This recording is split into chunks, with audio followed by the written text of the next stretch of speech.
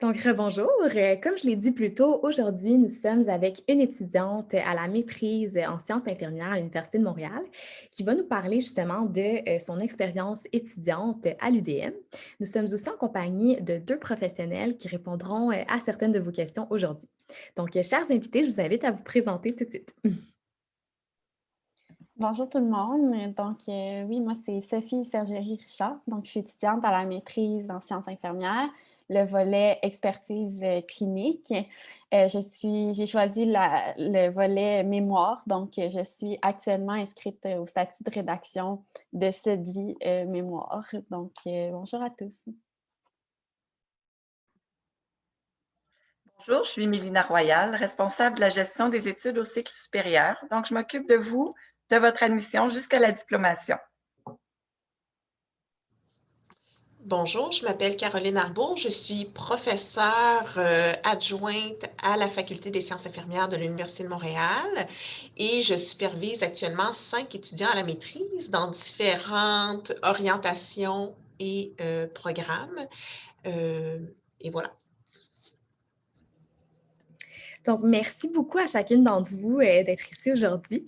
J'ai quelques questions à vous poser. C'est sûr que la majorité de mes questions s'adressent principalement à Sophie. Donc, j'ai une première question pour toi. Pourquoi est-ce que tu as choisi l'Université de Montréal et ton programme? On recule un petit peu, mettons. Donc, pour vous mettre un peu en contexte, moi, j'ai fait un DEC en soins d'infirmiers. J'ai complété au cégep, finalement, une technique en soins infirmiers. Et dès que je l'ai entamé, je savais que je voulais poursuivre à l'université. Puis, l'Université de Montréal, ça se présentait un peu pour moi comme l'endroit idéal. Moi, j'ai fait mon DEC à Rimouski, donc je viens du Bas-Saint-Laurent. Pour moi, à Montréal, c'était prestigieux, l'université, c'était grand. Je me disais, j'étais animée par toutes les opportunités de projets que j'allais pouvoir obtenir puis vivre là-bas. Puis j'ai été très comblée à ce niveau-là.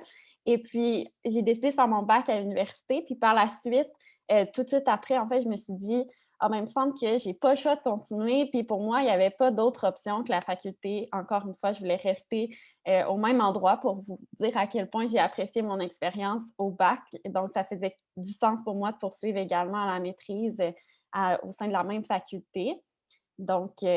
Voilà pour les raisons derrière mon choix de programme. Merci beaucoup, Sophie. J'ai une autre question pour toi. Comment décrirais-tu la vie étudiante à l'Université de Montréal, mais aussi dans ton programme? À l'UDM, je dirais que la vie étudiante, il manque de rien.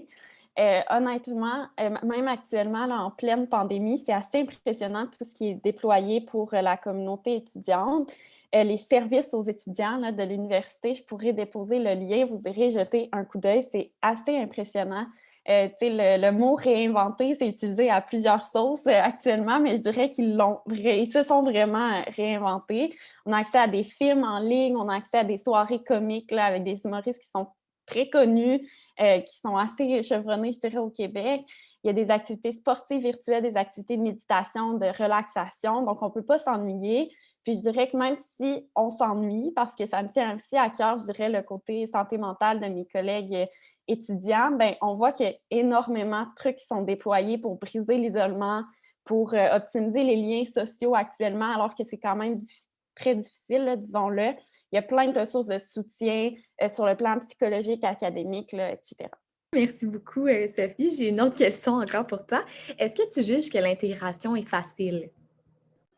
Oui, c'est facile. Ça semble simple, là, dit comme ça, mais c'est facile pour vrai. Au cycle supérieur, c'est comme un nouveau projet pour tout le monde. Les collègues étudiants, tout le monde est motivé. Les projets abondent. En s'impliquant puis en participant là, aux nombreuses activités d'intégration, c'est vraiment facile de s'intégrer. Euh, Puis, je dirais aussi qu'en parlant d'intégration, là, je vais vous nommer quelques activités, mais en entamant la maîtrise, c'est super important d'y assister parce que c'est vraiment là qu'on établit les premiers liens avec nos collègues, puis avec les collègues de tout autre cycle aussi. Là, c'est super facile d'entrer en contact avec des étudiants au doctorat, puis d'autres types de maîtrise. Il y a beaucoup de proximité entre les étudiants, donc que ce soit des activités de 5 à 7, de rendez-vous maîtrise, allez-y, c'est vraiment l'occasion de s'intégrer facilement, finalement. Merci Sophie. J'ai une autre question pour toi. En fait, on le sait que c'est temporaire puis qu'éventuellement tout le monde va retourner sur le campus. Mais comment ça se passe en ce moment pour toi, les études à distance? Oui, en effet, c'est un contexte qui est assez, particulier. Puis je pense que ça vaut la peine de le mentionner qu'en sciences infirmières en particulier, je pense que c'est un contexte qui est particulièrement dérangeant puis bouleversant pour les étudiants. Tu sais, ce serait se mentir de se dire que le corps professionnel infirmier en ce moment n'est pas particulièrement mobilisé, durant la pandémie, touché par ce qui se passe. Mais je dirais qu'il y a vraiment une sensibilité de la faculté en ce moment pour accompagner les étudiants. Il y a énormément de flexibilité, d'écoute, d'attention qui est accordée aux étudiants. Puis ça vient un peu rejoindre ce que je disais tout à l'heure, il y a beaucoup de proximité avec les gens. Donc, que ce soit Mélina ou que ce soit le corps professoral également, c'est facile d'avoir accès aux gens, puis de pouvoir s'ajuster finalement pendant les études à distance. Puis, si je peux rajouter le côté aussi de technologique, là, parce qu'on a vraiment accès à des plateformes incroyables là, durant toute cette période-là, on les connaît quelques-unes, mais c'est super user-friendly. Là. Donc, on a accès à plusieurs plateformes, à plusieurs ressources de soutien aussi, si jamais on est un peu débutant dans la technologie. Là. Merci beaucoup, Sophie. Je pense que c'est rassurant pour beaucoup de gens, justement, qui se demandent comment ça se passe en ce moment, là, les études à distance. J'ai une autre question pour toi. Qu'est-ce que tu penses, en général, de ta formation? Est-ce que c'est ce que tu espérais? Est-ce que tu es satisfaite? Oui, vraiment. En fait, je dirais que que je ressors le plus là, après ma formation, j'ai développé beaucoup d'aptitudes en recherche, donc ça l'a vraiment souligné l'intérêt que j'avais pour ça, concrétiser finalement ces intérêts-là. Puis beaucoup aussi, aller au cycle supérieur, je pense que c'est l'occasion de développer une capacité d'autocritique, de réflexion à un niveau supérieur, justement. Donc, par rapport au baccalauréat, aux formations qu'on a fait. Donc, j'ai le goût de dire qu'on apprend un peu à réfléchir. Puis ça, ben, je pense que c'est un gros atout quand on s'entend dans une maîtrise, dans des études au cycle supérieur. Puis, on est dans l'action tout au long de la formation. Donc, il y a beaucoup de projets puis de cours qui nous mettent directement en contact avec notre future réalité, là, une fois qu'on obtient le grade de maîtrise. On a accès quand même à des horaires stables de cours. Donc, pour les étudiants qui ont des enjeux au travail, de famille, l'étude. Donc, il y a vraiment une sensibilité à faire qu'on peut planifier nos semaines, qu'on peut planifier nos sessions. Donc, ça, je pense que c'est un plus. Puis un peu comme je le disais tout à l'heure, là, la proximité avec les professeurs, les professionnels aussi. Même au-delà de notre direction de recherche, on a vraiment accès à plusieurs professeurs qui sont qualifiés pour nous accompagner là, tout au long de la formation. Merci beaucoup, Sophie. J'ai une prochaine question pour vous. Comment est-ce que vous qualifiez la charge de travail? Donc, faites plusieurs à répondre, là, sentez-vous à l'aise. En fait, par rapport à la charge de travail, je dirais que, ce qui est intéressant avec les cycles supérieurs, c'est que oui, puis tu sais, si on fait la maîtrise temps plein la première année, c'est des cours, donc c'est sûr qu'à ce moment-là, c'est particulièrement exigeant. Faut être attentif, chaque jour, il y a des exigences, chaque session. C'est un peu ça à quoi on est habitué quand on va à l'école, là. Il faut s'organiser puis être présent à nos cours et tout. Par contre, ce qui est intéressant avec la suite, c'est que au moment où on est un petit peu plus autonome dans notre projet de recherche, où on est un peu concentré que sur notre projet à ce moment-là, les cours sont complétés. Mais là, c'est le moment de s'organiser, mais c'est seulement avec nous, là, donc c'est à nous d'organiser nos périodes de travail, puis de faire preuve finalement d'organisation, mais en s'adaptant à notre réalité, tu sais, puis à ce qu'on aime comme façon de travailler. Donc, la charge de travail peut venir un peu se moduler à nos préférences, une fois qu'on est rendu vraiment à la période un peu plus de travail personnel. Je vais renchérir sur ce que Sophie dit, mais dans la perspective d'un professeur, en fait, bien évidemment, les premières sessions sont plus condensées en termes de cours. Le but étant de vous rendre, comme Sophie l'expliquait très bien, le plus autonome possible dans la réalisation de votre projet de type mémoire, mais ça peut être aussi de votre stage, hein, parce qu'il y a deux modalités qui sont offertes. Et puis, par contre, il y a un souci, les professeurs se parlent, se rencontrent régulièrement. Il y a un souci que les notions d'apprentissage soient ce qu'on appelle transversales, c'est-à-dire qu'il y a une cohérence entre les cours, il n'y a pas de redondance, mais il y a comme une synchronie entre les cours qui fait en sorte que oui, vous avez beaucoup à apprendre, mais on essaie autant que possible que ça soit présenté de manière optimale et puis pour pas que les étudiants aient l'impression qu'ils sont juste dans leur livre, mais qu'ils n'en ressortent rien de concret, en fait. Donc, ça, c'est vraiment une préoccupation qu'on a comme professeur. Et puis, comme Sophie l'expliquait, on essaie de rendre ça aussi dynamique que possible. Et puis, on a deux formats là, de cheminement. Donc, on a temps complet, bien entendu, pour les gens qui peuvent se permettre de faire leur étude à temps complet. Mais on est très conscient que ce n'est pas le cas pour tout le monde. Donc, on est très fiers de pouvoir offrir un cheminement à temps partiel qui fonctionne bien, OK, pour les gens qui doivent concilier travail, études. Et puis, il y a également des opportunités pour des bourses au niveau de la faculté pour vous aider à financer un petit peu peut-être le fait que vous travaillez un peu moins. Donc ça, c'est quand même important à considérer là, dans l'aperçu de ce qu'on peut offrir. Merci beaucoup à vous deux. Ma prochaine question est la suivante. Quelles sont les opportunités d'emploi justement relatives à la maîtrise en sciences infirmières? Sophie, si toi, tu aimerais dire où est-ce que tu te vois une fois ta maîtrise complétée? Mais ce que je pourrais dire, par exemple, pour répondre à cette question-là, c'est que les milieux d'emploi, les opportunités d'emploi ne manquent pas ces temps-ci. On a beaucoup d'opportunités dans différents environnements, soit en formation, donc dans les cégeps, les universités, comme gestionnaire, comme infirmière, assistante infirmière-chef, coordonnateur de soins, donc tout ce qui est plus clinique, formation et gestion. Quand je parle de clinique, je veux dire ce qu'on connaît comme les infirmières cadre conseil ou ils portent différents noms, mais celles qui finalement guident, orientent les nouvelles infirmières, entre autres, ils ont un rôle assez élargi. Donc, il y a plusieurs opportunités dans différents environnements, communautaires, plus universitaires, donc beaucoup de choix pour tous les goûts. Merci, Madame Royal. Justement, ça m'amène à ma prochaine question qui est pour Sophie. Quelles sont tes aspirations pour le futur et qu'est-ce que tu aimerais faire en fait comme métier? C'est quand même une grosse question, disons-le. Mais si tout se déroule bien, moi, je termine ma maîtrise cet été. Puis, en étudiant la maîtrise, je me suis rendu compte de l'éventail de possibilités, justement, qui allait s'ouvrir à moi une fois que j'allais obtenir mon diplôme. Puis, ce qui est intéressant durant la maîtrise, c'est qu'on peut occuper des postes aussi qui nous permettent de se familiariser un peu avec des rôles qu'on peut occuper avec la maîtrise. Donc, pour vous donner un exemple, j'ai occupé des postes d'auxiliaire d'enseignement, ce qui m'a permis de vraiment découvrir l'intérêt que je porte pour la formation des infirmières. Donc, pour moi, ça fait du sens de poursuivre également dans ce sens.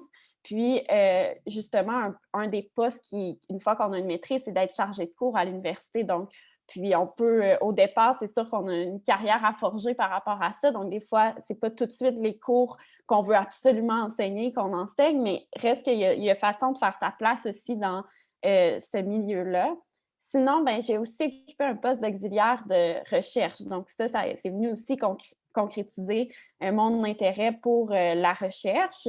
Puis, donc, c'est sûr que pour moi, de poursuivre dans ce sens-là, d'accompagner des chercheurs dans leurs projets de recherche, c'est certain que c'est quelque chose que je veux poursuivre après la maîtrise. Et puis, évidemment, de garder le contact avec le terrain, pour moi, c'est super important. Donc, si je peux obtenir un poste, justement, comme Mélina l'a nommé, là, de conseillère clinique dans un établissement pour le côté formation, justement, des nouvelles infirmières qui arrivent. Donc, tu sais, ça vous donne une idée de l'éventail des possibilités, de l'éventail des connaissances aussi qu'on a développées, puis de l'expertise. Puis, je dirais que c'est ça. Si je peux toucher un peu à tout ça, mes aspirations futures vont être comblées. Et peut-être, ne sait-on jamais, que je reviendrai sur les bancs d'école pour un doctorat dans quelques années. Donc, c'est vous dire à quel point la formation, ça ouvre des portes, vraiment.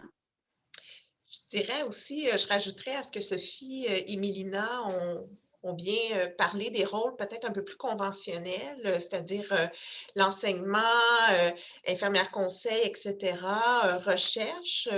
Mais je dirais aussi que de plus en plus, il y a des nouveaux rôles pour les infirmières qui sont diplômées de maîtrise qui s'ouvrent. On parle de représentants pharmaceutiques, par exemple, pour aller dans les hôpitaux et présenter les nouvelles technologies aux équipes cliniques. Donc, ça prend des gens qui ont un haut niveau de connaissances. Donc, ça peut être très intéressant. Donc, de plus en plus, je pense qu'il y a une diversification de ce que l'infirmière peut accomplir avec une maîtrise. Des fois, c'est une belle porte d'entrée pour des programmes contingentés en gestion. Donc, je connais des gens qui ont fait une maîtrise parmi nous, puis après sont allés faire un MBA ou peu importe parce qu'ils voulaient se perfectionner en gestion. Et d'avoir fait la maîtrise antérieurement, c'était très bien vu pour leur admission. Donc, ça peut être des choses comme ça qu'on peut réfléchir aussi.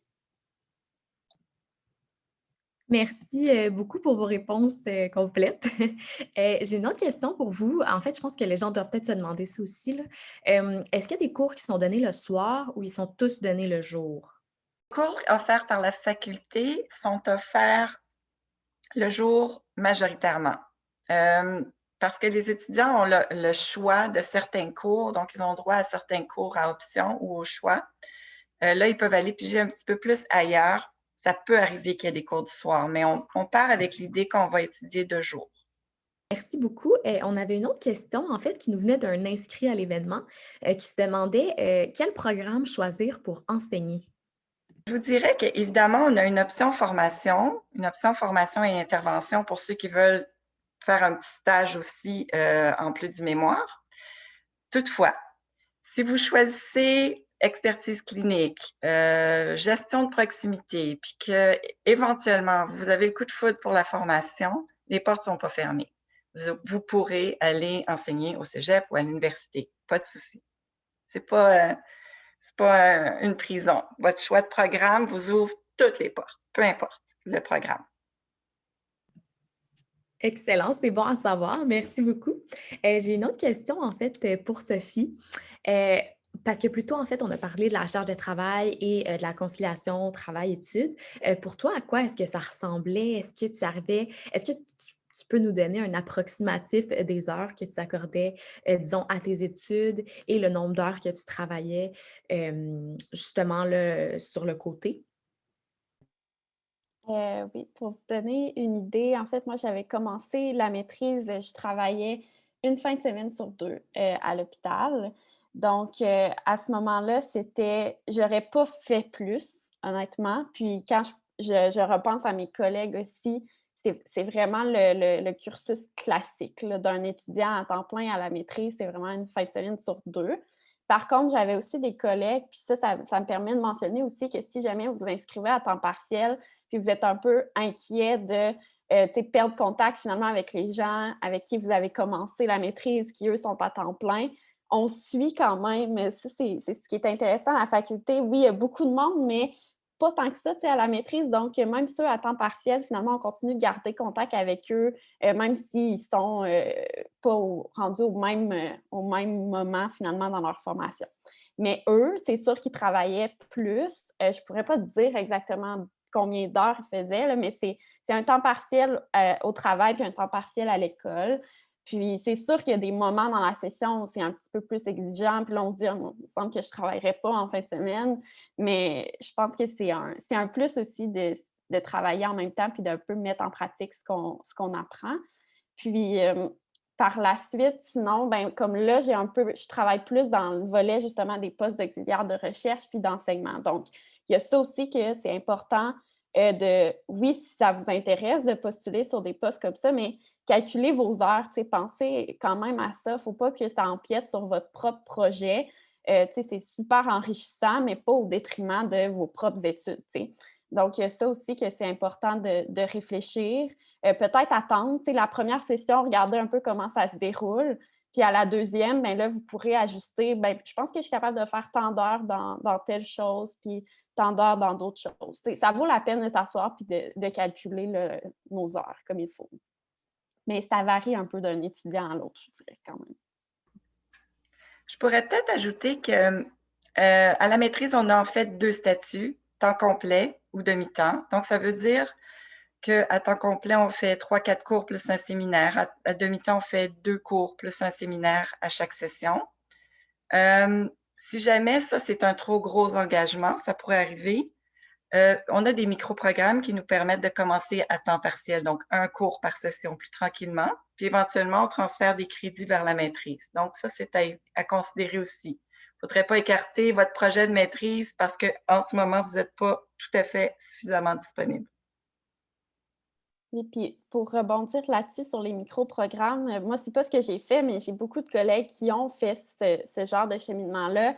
Puis je pense que c'est aussi, tu sais, si jamais vous travaillez en ce moment, puis vous êtes quand même beaucoup mobilisés, là, on s'entend sur le terrain, c'est quand même une avenue qui est super intéressante, puis ça vous permet de déjà réfléchir à votre projet. Comme ça, quand vous êtes prêt et que vous entamez vraiment vous êtes inscrit à la maîtrise, mais vous avez déjà un projet en tête qui est plutôt clair. Peut-être que vous êtes déjà accompagné par une directrice ou un directeur de recherche. Donc, déjà là, vous êtes en avance même sur parfois certains étudiants. Puis, on l'a mentionné tantôt, mais pour les bourses, c'est pas négligeable quand même d'avoir déjà réfléchi beaucoup à son projet. Merci beaucoup à vous deux pour vos réponses. J'ai une dernière question pour toi, Sophie. Qu'est-ce qui va le plus te manquer de l'Université de Montréal une fois que tu seras plus étudiante? Cette question-là, on dirait que quand j'y pense, je me dis: «Oh mon Dieu, ça arrive déjà bientôt». Mais je dirais que c'est vraiment les opportunités. La faculté, puis même les associations étudiantes, les gens sont vraiment intéressés au projet étudiant. Donc, ça, je dirais que c'est quelque chose qui va me manquer. Puis j'espère que je vais pouvoir retrouver encore dans un milieu à l'hôpital, mais aussi, puis c'est ce qui aussi me donne le goût de garder ce contact-là avec la faculté parce que justement, il y a vraiment un intérêt pour l'innovation puis les idées des gens. Puis donc, ça m'amène à vous dire, gênez-vous pas à partager vos idées. Si vous entamez la maîtrise, puis vous avez des projets en tête, impliquez-vous dans l'association étudiante. Les gens, ils sont motivés pour aller dans le même sens que vous. Donc, il y a vraiment moyen d'avoir du soutien dans vos projets. Il y a plein d'opportunités qui existent. Puis justement, tellement que je pense que c'est ça qui va me manquer le plus. Merci beaucoup, Sophie. Donc, on a déjà fait le tour de mes questions. Maintenant, on va prendre le peu de temps qui nous reste pour répondre à certaines questions qu'on a reçues de la part des participants. Donc, on a une première question ici pour vous. Est-ce qu'il est obligatoire de faire le mémoire ou il est possible de simplement faire un stage? Il est obligatoire. Tout le monde fait un mémoire à la maîtrise. Donc, là, on a 2 formats de mémoire. On en a un à 18 crédits, puis on en a un à 24 crédits. La différence, ça va être dans la complexité, dans l'ampleur du projet. Ça, c'est le directeur de recherche qui va être capable de vous guider là, vers le bon choix de projet. Ce que ça vous amène de choisir le mémoire 18 crédits, c'est que ça vous libère un 6 crédits pour aller faire 2 petits stages dans le milieu. Donc, des stages de votre choix, en fait, en fonction de vos intérêts. Donc, le premier choix est plus clinique là, pour vraiment devenir un expert dans son domaine. Et le deuxième est plus pour développer votre compétence comme en pratique avancée. Donc, apprivoiser le rôle de l'infirmière en pratique avancée. Merci beaucoup, Madame Royal. On a une autre question pour vous. Sans vouloir faire la recherche ou de l'enseignement dans le futur, est-ce que c'est nécessaire de faire une maîtrise ou ça ouvre d'autres portes sur le terrain? Je peux répondre à ça, en fait, très, très bien. Je vous dirais que de plus en plus, le baccalauréat est la norme, hein. Donc, si vous voulez progresser dans votre milieu clinique et puis vous avez des yeux ou des envies de peut-être avoir un poste de gestion ou même des postes d'expertise conseil cadre, ça prend une maîtrise maintenant. C'est rendu trop compétitif. Et je vous dirais que ça va s'amplifier beaucoup dans les années à venir. Donc, la maîtrise permet de vous diversifier dans votre milieu et vraiment, ça vous ouvre beaucoup de portes à l'intérieur de votre milieu de travail. Donc, effectivement, je pense que Sophie a parlé des opportunités pour enseigner ou faire de la recherche.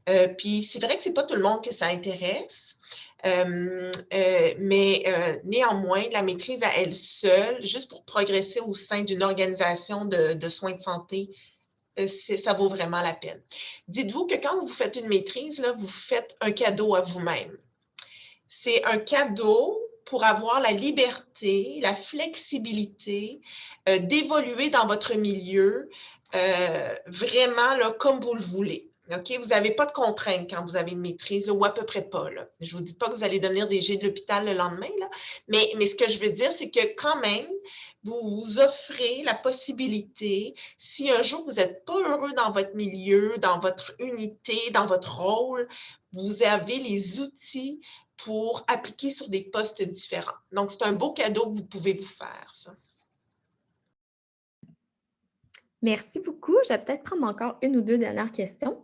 On a une première question ici. Est-ce qu'il y a des études à l'étranger pour la maîtrise?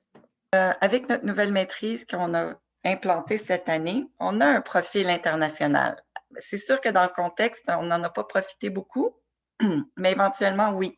On essaie d'établir des ententes avec différentes universités de différents pays, puis on veut que ça grossisse. On veut avoir de plus en plus d'ententes avec de plus en plus d'universités sur les différents continents, idéalement. Puis, on est toujours ouvert aussi à vos idées. Si vous avez une idée de projet, vous avez un milieu que vous aimeriez aller explorer, on est ouvert aussi, on peut vous écouter. En ce moment, notre profil international, il se résume à un cours à option qu'on offre pour enrichir l'expérience des étudiants, là, puis ceux qui s'intéressent. Mais éventuellement, oui, on voudrait vous envoyer à l'étranger. Une autre chose qu'on fait avec notre cheminement international, c'est qu'on dit ça pourrait intéresser les gens qui s'intéressent aux migrants. Donc, vous pourriez rester ici, mais vous intéresser à des clientèles migrantes. Donc, on considère ça dans le profil international aussi. Aussi, quand on parle du Grand Nord, il y a beaucoup d'infirmières qui s'intéressent, qui aimeraient aller travailler auprès d'Autochtones ou dans le Grand Nord. Donc, on peut élargir le profil international, on peut voir ça plus gros, là. Merci beaucoup. Donc, voilà ce qui conclut déjà la séance. Merci beaucoup à chacune d'entre vous du temps que vous nous avez accordé aujourd'hui. Ce fut vraiment un réel plaisir de vous parler.